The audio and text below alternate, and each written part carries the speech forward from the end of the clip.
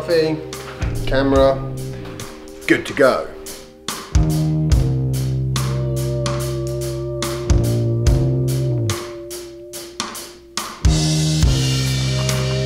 So I'm heading off to see a guy called Ben about a Golf GTE. Right, let's go.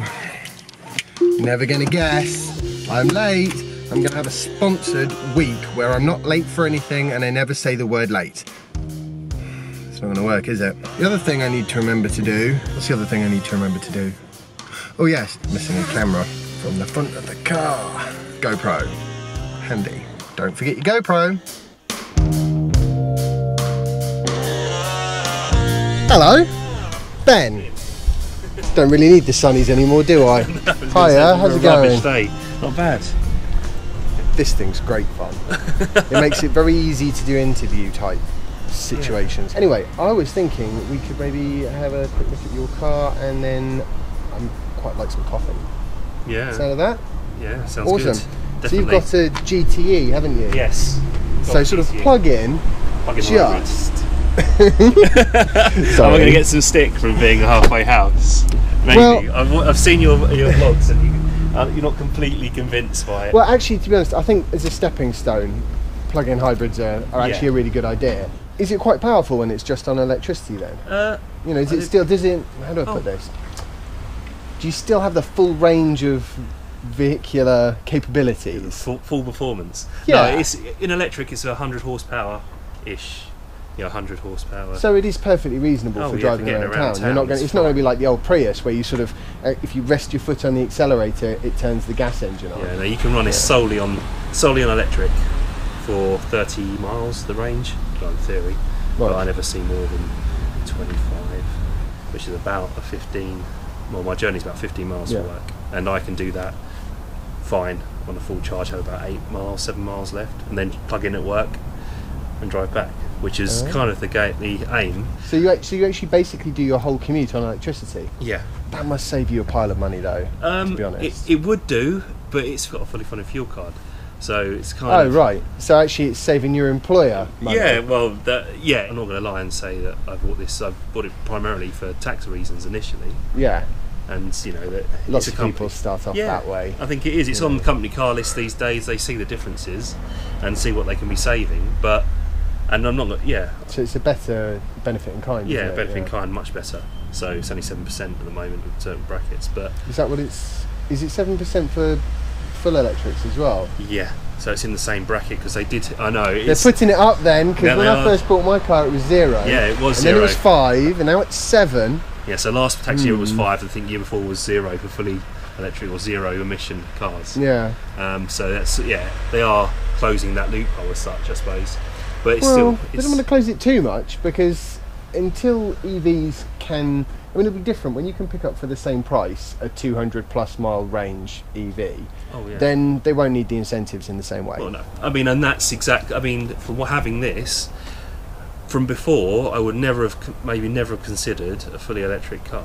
Yeah. But from having this and driving it in electric, yeah. You know, about 85% of the time I'm using this car, I'm using it in electric. So the argument can be made that you should have just gone full electric vehicle in the first place anyway. So yeah, I mean, as you say, it's an introduction to an electric vehicle. It's been fantastic. It's really opened my eyes, and especially with stuff like the Model 3 coming on the market. You can select the modes with this car. You can have it in electric only, you can have it in a hybrid mode, you can have it in the full performance with the GT, which is the full power you get. Is it quite fun in full GT? Yeah, yes. I mean, I've come from it's 200 horsepower and it feels...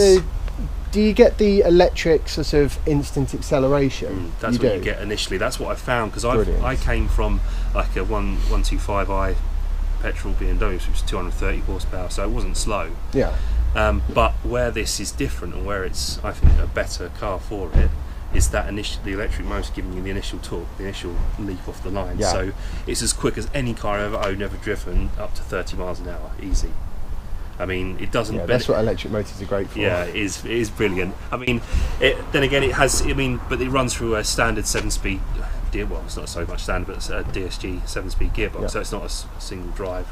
Let's take a quick shot of this then. My arm, apart from anything, is actually about to fall off. Could you tell it was getting lower and lower? By the end of your career of vlogging, yes. Especially with only a GoPro. Can't imagine it with a full SLR. Oh yeah, well why do you think this is a GoPro on a gimbal and not a DSLR? I thought about bringing my big camera, and then I thought, it's not worth it to bring the big camera. It's quite nice. Well, they try and make it feel more modern, like, I suppose, with all the LED lights in it. Very nice.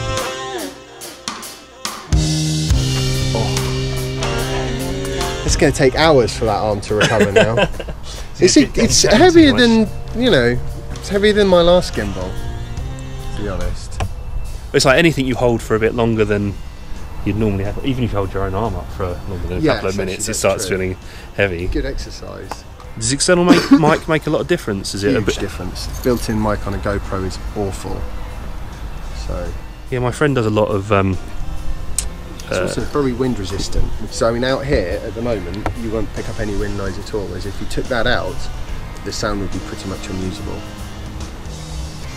Yeah. It took me quite a while to work all of these various bits out. It's the kind of thing you don't consider when you're doing this kind of stuff. You just think, you see it all on the internet, and it's like, yeah, I shoot it, and then you put it on your computer, chop it up a bit, and it comes out. Yeah, it's that chop it up a bit. Well, anywhere you can get a beer is going to do you a coffee, I'm sure. Yeah, sure, yeah. That's what it's all about, striking a compromise, isn't it? Like you say, you walk around with a huge camera or in certain places. Yes. Well, you don't feel as awkward, so it doesn't seem as awkward if you see what I'm saying. So I'm slowly getting used to it. Yeah, definitely have a problem with coffee.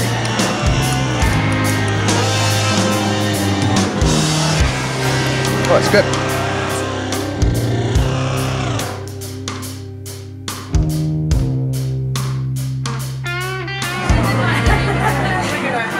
More coffee and a low light performance check. Lovely night. What was that place called? Flitch House. Yes, if you're going to the Flitch House, don't wear a hoodie. Don't wear a hoodie. Like, seriously. It's obviously trying to. Yeah.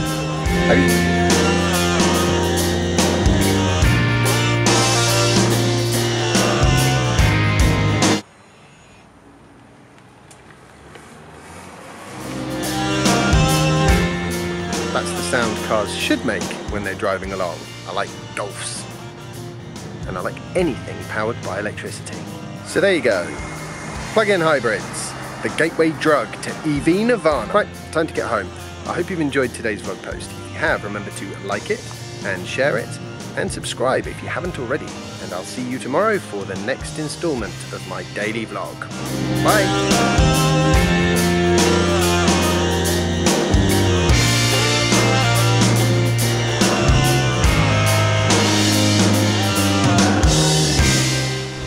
I'm loving right now, which is totally not EV related at all.